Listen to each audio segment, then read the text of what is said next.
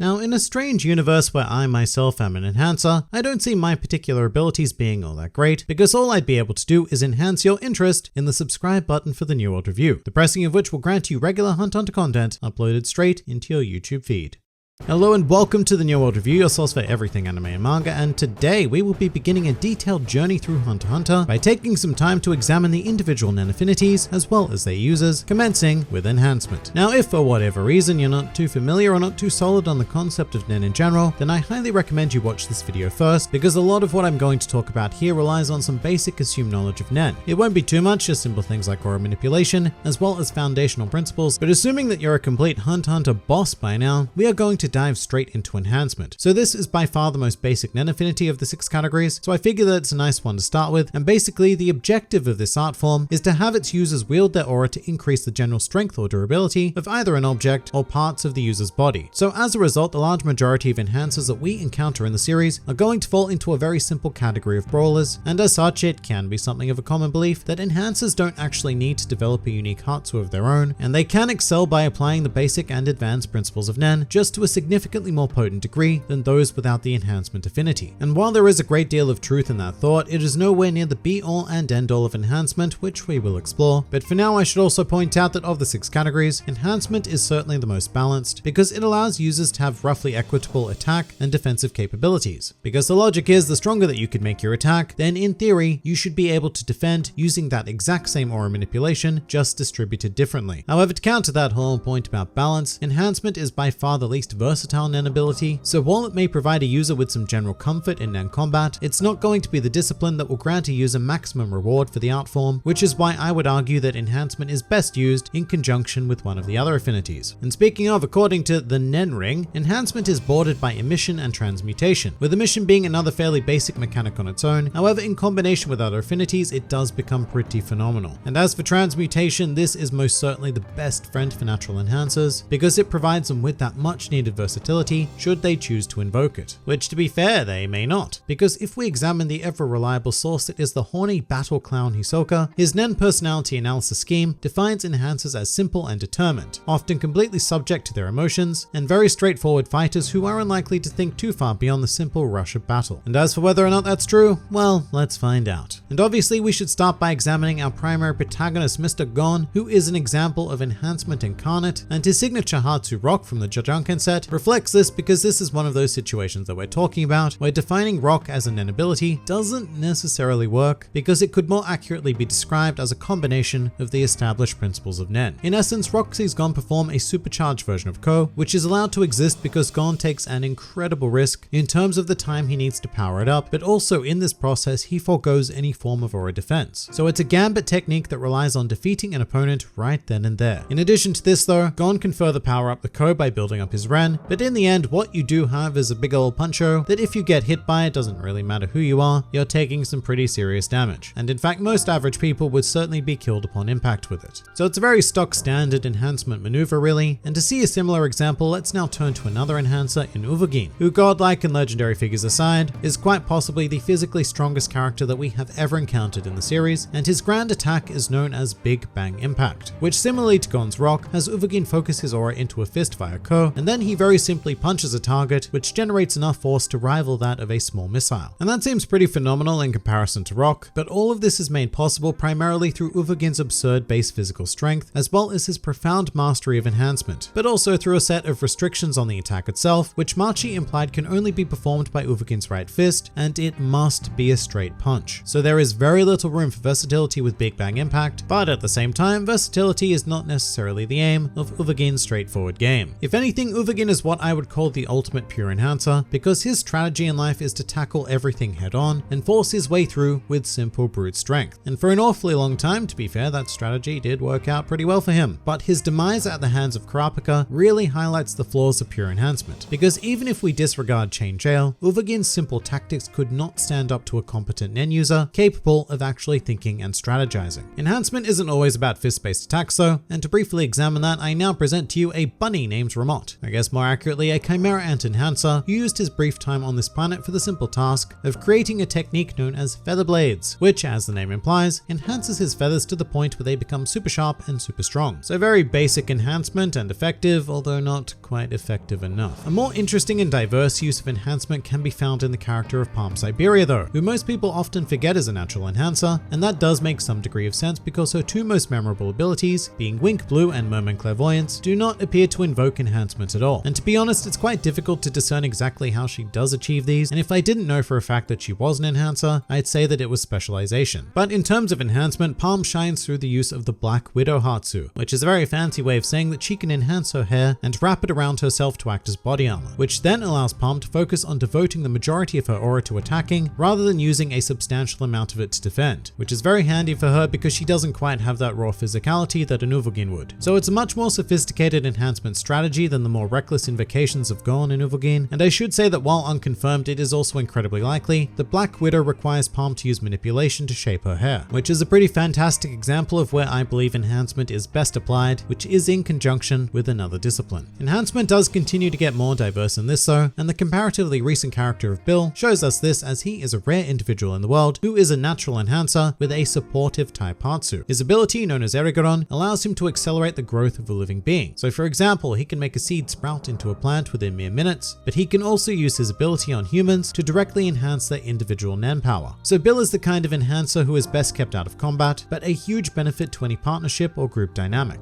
Very interestingly though, we also have an example of at least one enhancer who does not appear to use his natural affinity at all, which is Isaac Netero. And I guess I should say that Netero was only revealed to be an enhancer in a wide variety of Hunter Hunter data books and data sections available, which do, sometimes contain some very questionable information being distributed, but that mostly affects names. But the fact that Netero has been stated to be an enhancer in multiple incarnations of these makes me think that, yeah, we should take it at face value. But it's interesting because Netero's signature Hatsu, the 100 type Guanyin Bodhisattva, makes use of emission, manipulation, and transmutation to operate. So emitting the statue of Guanyin, manipulating its hand movements, and transmuting the aura into a blast style attack that you see in Zero Hand. Strangely enough though, enhancement is not officially credited at all in this ability, although I could see a use for it in regards to beefing up the base strength of the statue, but then again enhancement doesn't really get used on Nen constructs all that often, and it seems to be almost exclusively applied to objects that already exist, and of course people that already exist. So like Guido's basic enhancement moves with the spinning tops for example. These tops are regular objects that Guido turns into deadly attacking devices, but off the top of my head I can only really think of one confirmed example of a character that makes use of enhancement to juice up a Nen construct, which comes to us in the form of Castro, who was able to use enhancement on his doppelganger via the true Tiger Bite fist attack. Although interesting thing about Castro, now that we've brought him up, look, Netero is not the only example of an enhancer who chose to specialize in other disciplines, with the other notable individual being Castro. Although Castro is no Netero and he certainly does not succeed to anywhere near that degree. Castro is actually something of an unfortunate individual who was able to create a really cool ability through a combination of conjuration and manipulation. However, those affinities happen to lay the furthest away from enhancement on the Nen ring, bar specialization of course, and so as a result Castro was never really able to reach the full potential of anything really. He was naturally stunted in terms of conjuration and manipulation, and he never focused on enhancement beyond a very simple attack powering up his hands. So as much as I advocate for mixing enhancement with other affinities in order to get maximum usage out of it, Castro is the ultimate example of that just going wrong because he did more or less abandon his own specialty. And furthermore, Castro is also an enhancer that doesn't necessarily fit Hisoka's personality test because he's something of a tricksy being. Not at all simple-minded, which,